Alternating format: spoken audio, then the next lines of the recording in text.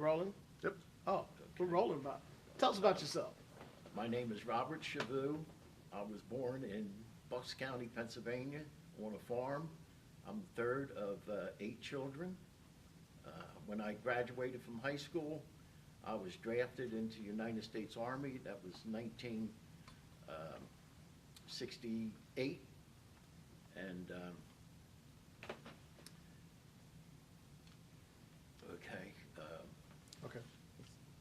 And how long were you in Vietnam?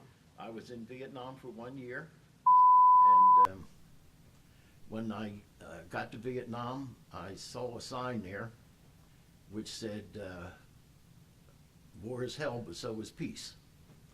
And I always remembered that. Of course, I didn't know what it meant, and but it's stuck in my mind for years and years and years. And also, when I got there, I didn't know if I could kill somebody, so I did not accept a weapon when I went out to the field. Well, now let me ask you a question. You said you didn't accept a weapon. How long did that last? That lasted about maybe 10 days. Took 10 days to get out to the field. So when they processed this in, it took about 10 days. But once on my way out to the field, we were ambushed. And I said, God, I know you're a forgiving God, so I'll take my weapon when I get out in the field, and I'll deal with forgiveness when I get back. So now let me ask you, Bob, you went from not carrying a weapon to what weapon did you choose once you decided to shoot? Once I got out in the field, I was issued a .45 caliber pistol and a .90 recoilless rifle, which replaced the bazooka of World War II, which was to take out tanks and bunkers and stuff like that. Now, exactly how big is that shell for that 90 recoilless? The shell's just about 2 feet and 3 inches in diameter. I forget how much it weighs, but the whole gun with the shell in it weighed about 35 or 40 pounds. So you went from not shooting at all to You guys give him some space in between your voice and his voice. You guys are overlapping. Okay. okay, Yeah. So you went from not shooting at all to carrying one of the bigger weapons that they had out there. It was the only one in our company, so if we ever got into a situation where we needed a bunker blown up or whatever, I would be the one they'd call up to take the bunker out. But it was heavy, so it was 105 degrees out there, sweating, and I had to hump that around with two rounds of ammo with it, and then I had an ammo carrier with me too. It was behind me, and he carried 2 rounds of ammunition for the 90, and it was rough crossing the small rivers with the leeches getting on you, and watching where you're walking in the river, but you can't see in case there were booby traps down there, so you're always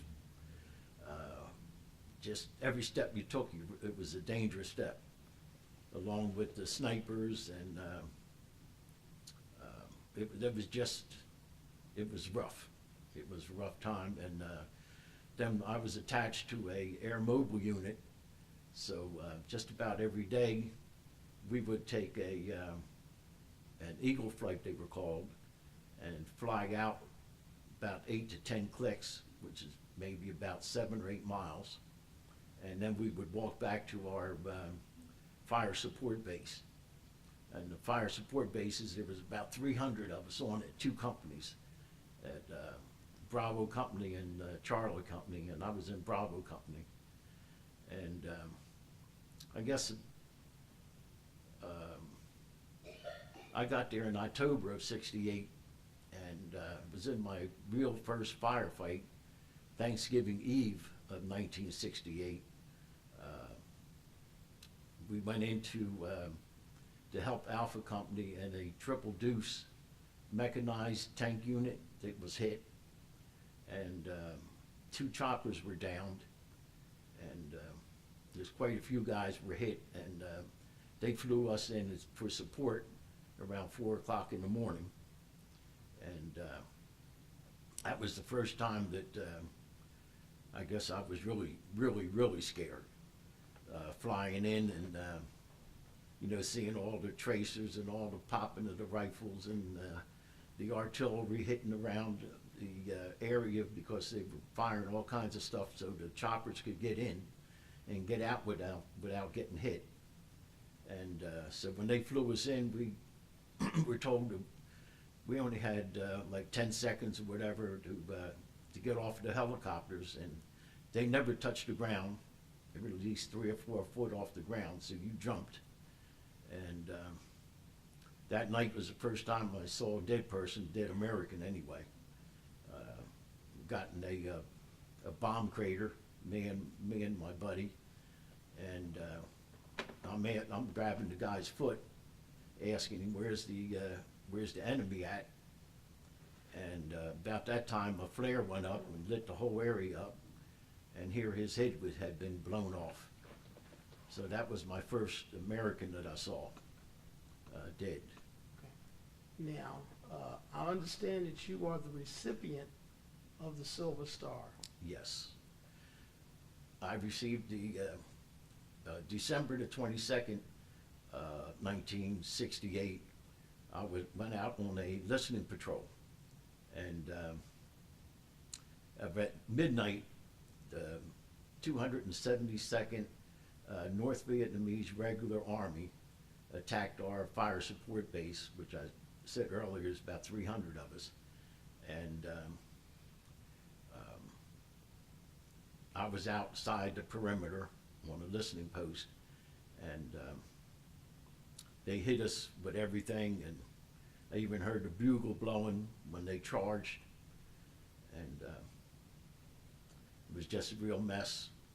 And I apparently, for a couple of hours, I don't remember anything. A psychiatrist told me I probably passed out from the danger and whatever. My body just kind of shut down. And when I came around 4 o'clock in the morning, I heard them talking on the radio or back at our base camp, and the captain wanted to know where they were going to attack us again at. And I told him that I heard them, and that they were really surprised that we were still alive, because we had lost contact from midnight until 4 o'clock in the morning. So he put me on their radio frequency, and I helped direct the airstrikes in on our position, because the North Vietnamese were probably about 30 yards behind us and to the side of us. They were so close that I could reach up and grab their rifles. And if I had put my hand up above me, I would have got my hand shot off. But anyhow, that's how close they were. And called in all these artillery and stuff and the airstrikes.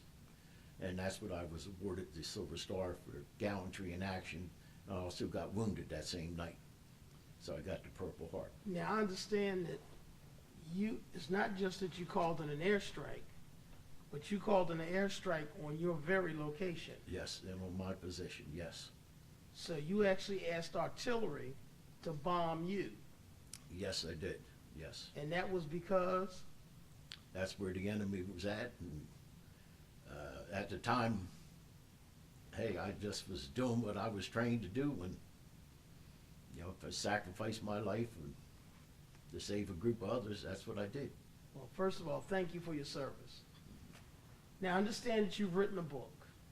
Yes, I have. And the title of your book is?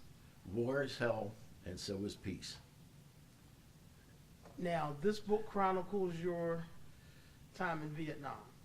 Part of it is, yes. Okay. Part of it's my time in Vietnam, yes.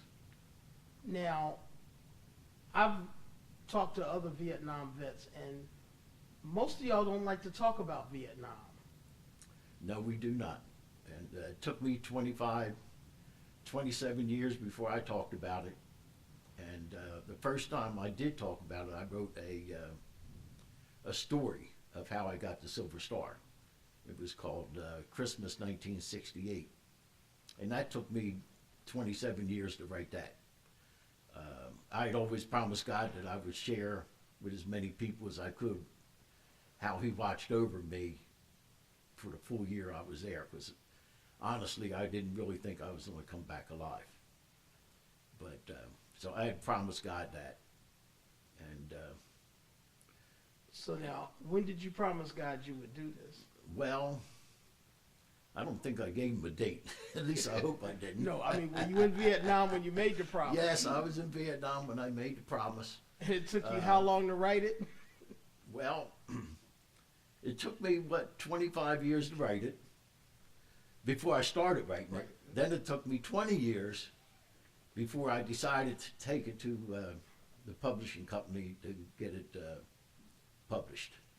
And the first company I went to, they took my money, didn't really do nothing. And I let it sit for a couple years after that because I was a little bit depressed about it. And then I was contacted by another book company. Sorry, I don't remember names, but they took me by my hand and they helped me out.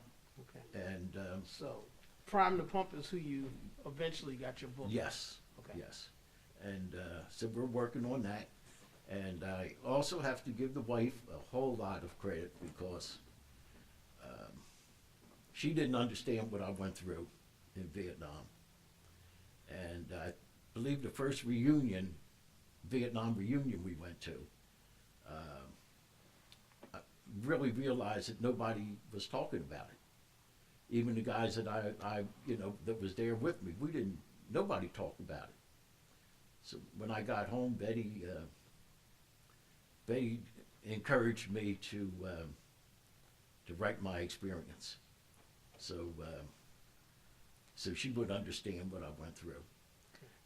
I also wanted my children to understand, and I also wanted my siblings to understand, and I wanted my parents to understand. None of them. I was the first one that ever went to war in combat in my family, so we had no idea what combat was about. So I did that. It took me a year to write it. I wrote it at about 2 o'clock in the morning until 6 o'clock in the morning, just about every night for a year. I prayed about it, and I asked God for the words in it. And I had somebody the other day ask me, well, how can you remember all that? Well, trust me, when you went through what I went through, you don't forget any of it. It's all there. You just don't forget it. I guess one of the things I never forget is the rockets and the mortars coming in, landing around you. You could hear them whistling when they came in, and wondering is that one going to hit me? And then there were no bunkers really to get into. You were just on the ground, and the closest thing you could get into was your helmet. And that certainly wasn't going to save your life, but that was the best you could do. So you just prayed and asked God to protect you. I learned that you don't make a whole lot of promises, but it's just something that you don't forget. And I really wrote this book so other siblings, wives, and brothers and parents can understand what a combat veteran went through, and especially the one that was dealing with post-traumatic stress. Speaking of that, I understand that many years after you left Vietnam, your wife and a couple other friends of yours were in Las Vegas. Yes. And y'all were walking down the street. Tell me what happened Yes. that night. They were they were firing some fireworks, and when they fired them, we just hit the ground. It was, you know, I don't like fireworks, and none of us didn't like fireworks, so, you know, that's what you did when something, a crack like that, or fireworks just sound like a rocket going off, or a hand grenade going off, so you just hit the ground. Okay. I still do that today. You know, I don't like fireworks. I don't like to do the fireworks. I like to shoot my guns and stuff, but I just want to make sure that I'm aware that it's happening. I don't want nobody to do it behind my back. Okay. So now, Bob, tell us how you spend your time now. Right now, I do a whole lot of volunteer work. That's what keeps me busy. I got to volunteer and get out of the house, or else I'd be sitting there looking at TV and just become a vegetable. So I make myself go get out of the house. I'm involved with the